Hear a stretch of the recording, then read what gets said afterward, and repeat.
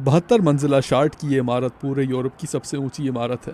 اس سے تقریباً پورا لندن نظر آتا ہے۔ اربن ایکسپلوررز نامی ایک گروپ نے یہ ویڈیو بنائی ہے۔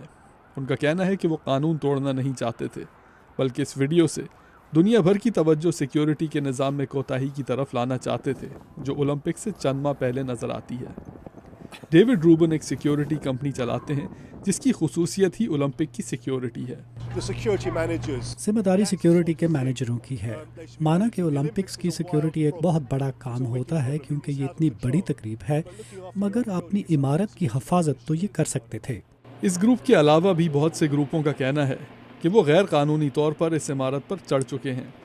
یہ اعلان ایسے موقع پر کیے گئے جب لندن میں ایک شخص نے احتجاج کرتے ہوئے دریائے تھیمز میں ہونے والی کشتیوں کی ایک ریس روک دی۔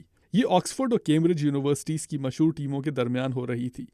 ٹرینٹن آئل فیلڈ اچانک آکسفورڈ یونیورسٹی کی کشتی کے سامنے آ گئے اور ان کی اس حرکت کی وجہ سے اس ریس کو دوبارہ شروع کرنا پڑا۔ اولڈ فیلڈ کہتے ہیں کہ وہ ایک ایسے معاشرے کے خلاف احتجاج کر رہے تھے جو امیروں کو ہر چیز میں ترجیح دیتا ہے۔ اس ریس کے امپائر تھے اولمپک گولڈ میڈلسٹ سر میتھیو پنسنٹ۔ آپ کی سب سے پہلی ترجیح تو یہ ہونی چاہیے کہ ریس کے شرکاء اور آس پاس کے لوگ دونوں محفوظ رہیں۔ جیسے ہی ہم نے دیکھا کہ ایک شخص پانی میں تیر رہا ہے تو ہم نے اسی وقت ریس روک دی۔ اسی حرکت کی وجہ سے برطانوی اولمپک ایسوسی ایشن کے صدر نے کہا کہ آنے والے اولمپکس برباد کرنے کے لیے صرف ایک احمق کی ضرورت ہوگی۔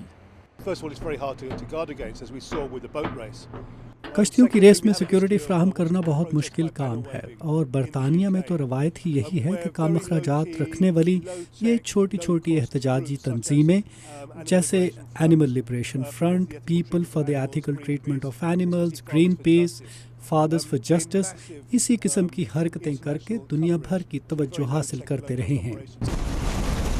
ابھی تک تو پوری سیکیورٹی کی توجہ بڑی سطح پر ہونے والے دہشت گردی کے حملوں پر ہی تھی، مگر جیسے جیسے برطانیہ اولمپک کو محفوظ سے محفوظ بنا رہا ہے، سب سے بڑا خطرہ یہی ہے کہ عالمی دہشت گردوں کے بجائے اولمپک کی تقریب برباد کرنے والا شخص کسی احتجاجی تنظیم سے تعلق رکھنے والا سرپھرا ہوگا۔